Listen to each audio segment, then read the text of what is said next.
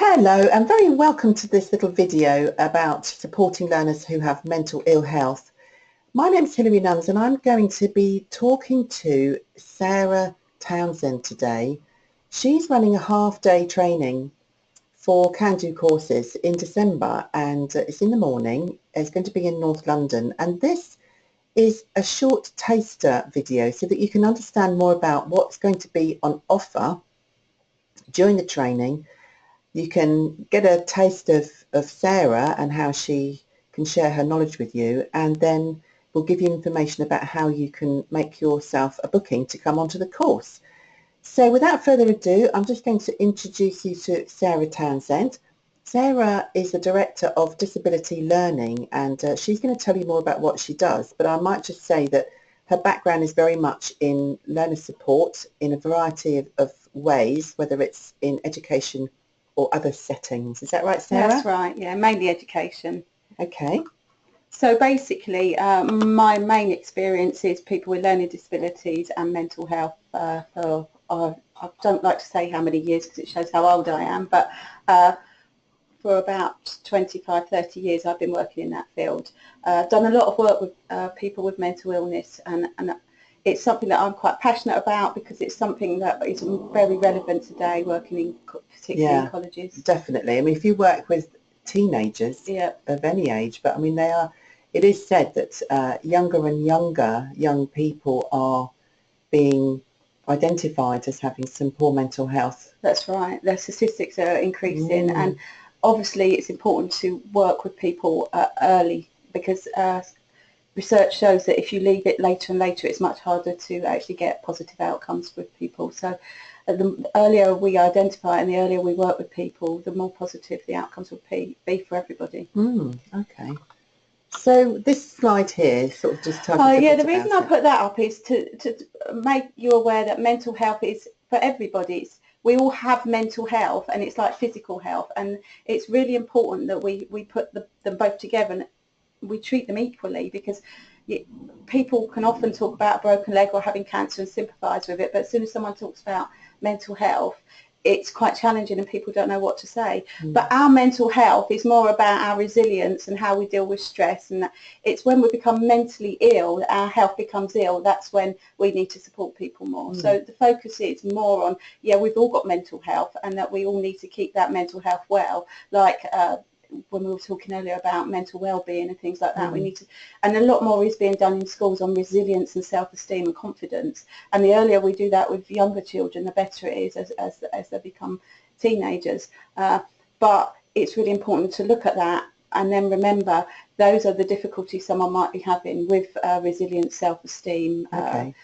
They obviously will have difficulties with emotions and things like that when they become mentally unwell. And that shows in their behaviour, doesn't it? So behaviour changes and engagement. And it's sometimes hard with teenagers because teenagers have unpredictable behaviours anyway.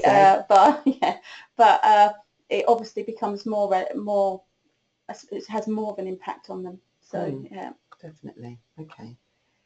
So there's lots to show, and as you rightly said earlier, that there is an increase in young people being identified as having mental illness. Now, whether that is because we're more aware of it now and we're picking up on it, or there is a big increase, my personal opinion is that there is an increase. The stresses and strains that we put on children, it can be quite challenging, and these are just some statistics that are showing that 1 in 5 of us will have children from the age of 13 to 18 will have a serious mental illness, which is quite a big. If you think about a class of teenagers, you'll have 25 to 30 people in there. There'll be some people in there that will have difficulties. It's quite shocking, isn't it? Yeah. And they say there's a lot of to do with social media about that as well, that's contributing to that increase. So it was just to give you some statistics on it, really, and to show you how it's increasing in that age group in particular.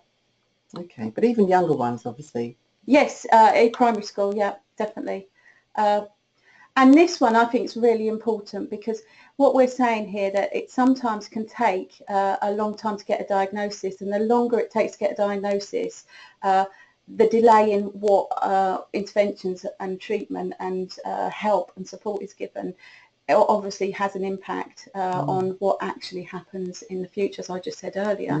And what we're saying is that most people are identified between the ages of 14 and 24 with a diagnosis, but sometimes they can wait up to 10 years before they get interventions. So, you know, that it's actually it's getting worse, isn't it? Because the CAMS, the local CAMS services are being shut down or merging with others.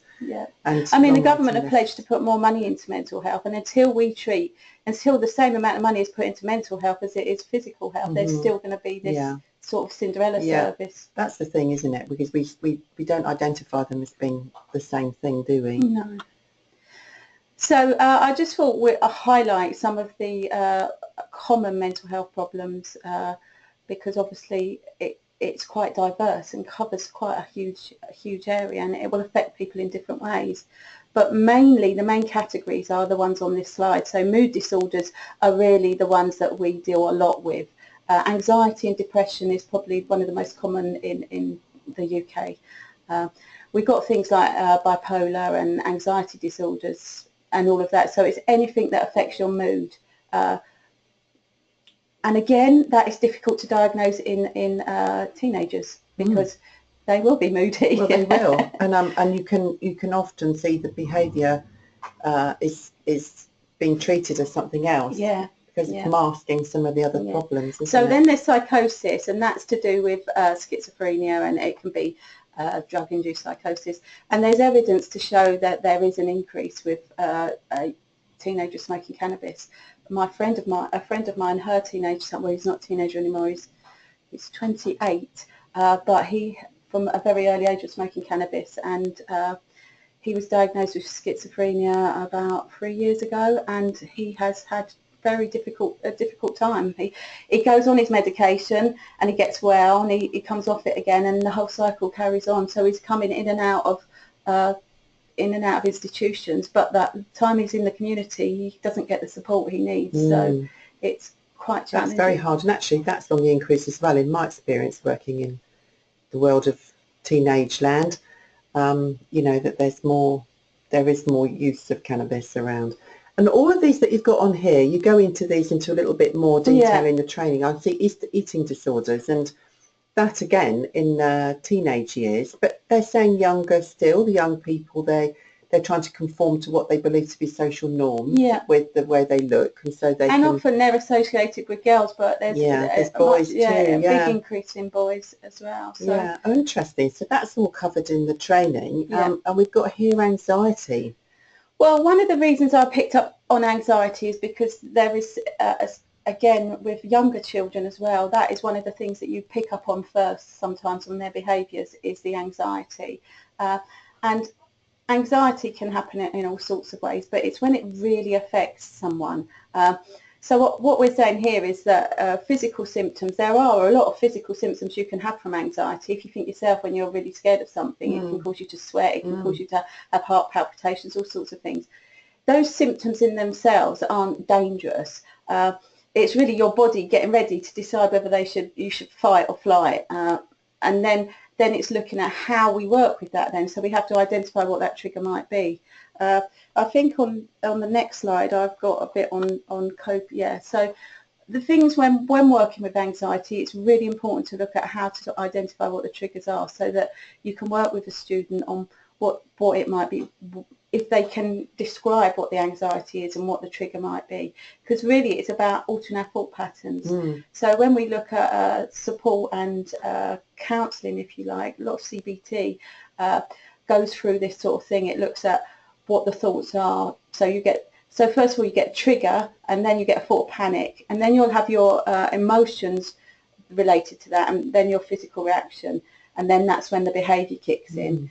So that's your cycle of trying to deal with the anxiety. So what happens in CBT or anything, you know, if you're supporting someone, it's trying to look at changing those thoughts. So think about those thoughts. Faults aren't facts. The fact is, if you're scared of spiders, if a spider bites you in this country, it's unlikely you're going to die. But if it's something else, like maybe entering the classroom, what is the trigger? What was the thought about entering that classroom? Recognise those faults. So you've got to get that person to recognise those faults and then start to question those faults. Okay, walking into the classroom, what is the worst thing that can happen? And then look at different scenarios, and then hopefully over time you'll adapt your faults, and then gradually over a period of time you can start to change your behaviour, and it's a way of coping with. So I guess during the training individuals would be able to get a chance to identify some of the behaviours they might have seen, and recognise it as being something they can help to support with their particular students or whatever. So that would be good if attendees can come away with some strategies individual to their, or contextualise the kind of things. I think what is good is if people bring like case studies or children that they've worked with or students that they've worked with, so that we can look at, okay, what is it about that anxiety? Get some good practice shared. Yeah. But you have actually put some tips together here, which is very helpful of you.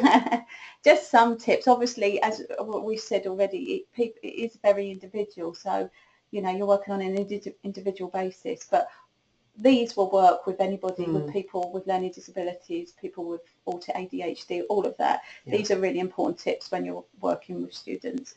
Obviously, to make the environment as comfortable as possible. I think with anxiety, if someone gets really, really anxious, to allow them time out for them to be able to calm down. Sometimes breathing techniques work, and those sorts of things. Again, not putting pressure on and contributing to whole classroom discussions. Yes, you can. Actually, we do that though, don't we? Yeah. We do put pressure on people, and sometimes I mean, in some of the bits that I work with young people, we find ways to avoid that, but they have to feel comfortable participating rather than and I saying think you must. A lot of people I speak to find that really hard. When sometimes do training, I ask people what their anxieties are, and a lot of people in the groups, they speaking out in front of other people. It's amazing how many people find that. My son in particular, he's got a really good job, but he actually really finds it really nerve-wracking standing up talking in front of people. So to do that in a classroom where someone might be quite anxious anyway, it can be quite challenging. Difficult. Okay, and you can go into these into greater detail on training, and I love this, what you've got here. I think it's really important to remember that it is an illness. It's a physical illness of the brain, if you like, and sometimes people don't understand that connection, and telling people to snap out of it is really not, it doesn't work. As it says there, it's like telling someone who's deaf to listen harder. It's not going to happen. No. It's looking at how we can support them and what we can do to keep them in the classroom, really. That's the bottom line, isn't it? If you're looking at this from a learning environment perspective. And what you were saying, Sarah, is that if there's 1 in 5 people who have mental ill health, that wherever they may be on that so it's 1 in 5 spectrum, in children, but 1 in 4 when they get into adulthood. But if you're somewhere in the middle, might be a teenager. And if you are a member of support staff or a teacher, and you know then that all of those young people will be in your class, it's absolutely essential that you know how to manage it. This is my feeling anyway, which obviously is why we've put this training on. So let me just go through some more of the details again about this training. It's on the 8th of December, and we're running it in the morning, 9:30 till 12. Sarah will be the host of this in London, and we're actually combining this. Sarah's also going to be running another workshop on working with learners who are deaf. But to book onto the half-day session, the mental health session, is £75. And that's for 2.5 hours of really practical training, lots of strategies, lots of contextualisation, lots of ways you can come away with a really good focus on what you're going to do next with some of your students. So you can book, I'll give you some details how to book in a moment. If you wanted to attend the full day, and we're also running this other workshop for working with students who are deaf, then you can do that, and it reduces to 140. So the half day per session is reduced to 70, if you see what I mean. So all you need to do is get in touch with us, and here are the learning outcomes for that half-day mental health session. So we're going to sort of increase awareness of it and look at identifying the barriers and suggest strategies to overcome them. And that is so important, because there's more to it than meets the eye, I have to say, because I've attended some of Sarah's training, and there's some, blindingly obvious things that you don't think about unless someone points them out.